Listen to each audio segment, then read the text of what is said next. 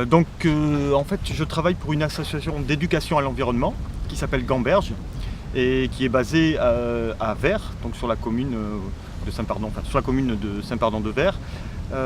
Notre objectif, en fait, c'est de faire découvrir la richesse de notre patrimoine naturel, et notamment lié à la Dordogne. Nos activités sont principalement des balades, que ce soit sur la rivière en canoë ou des balades le long de la rive, voilà, pour faire découvrir aussi bien la faune et la flore de notre territoire.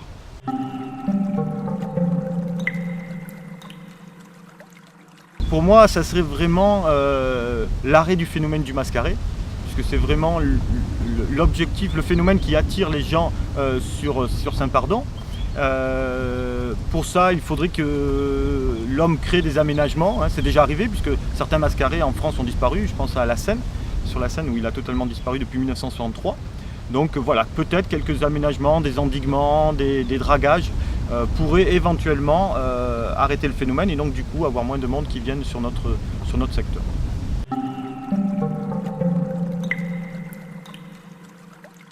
On essaye de travailler sur un large public, aussi bien les enfants, puisqu'on travaille avec la maternelle, avec les maternelles, mais aussi bien le grand public.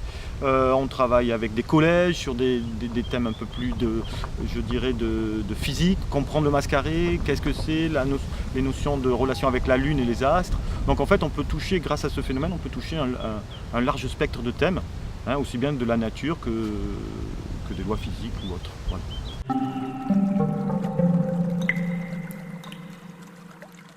Pour notre association, ce qui nous manque, c'est un lieu d'accueil du public. Donc on a un projet avec la communauté de communes de Vers et la mairie de Vers de créer ce qu'on va appeler une maison du mascaret, où en fait on pourrait accueillir à l'année les gens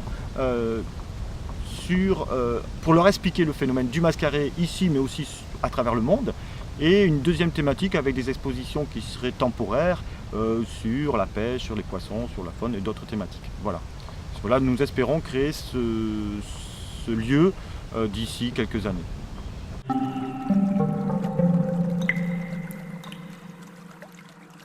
Non, je pense bien au contraire, ça peut que l'aider, puisque ça apporte, ça montre au public en fait l'importance de préserver la biodiversité sur la rivière, aussi bien à Saint-Pardon, mais aussi tout le long du bassin versant de la rivière. Donc au contraire, non, ça nous sert d'appui, de soutien, de montrer voilà l'importance et d'abord de la découvrir pour mieux la préserver par la suite.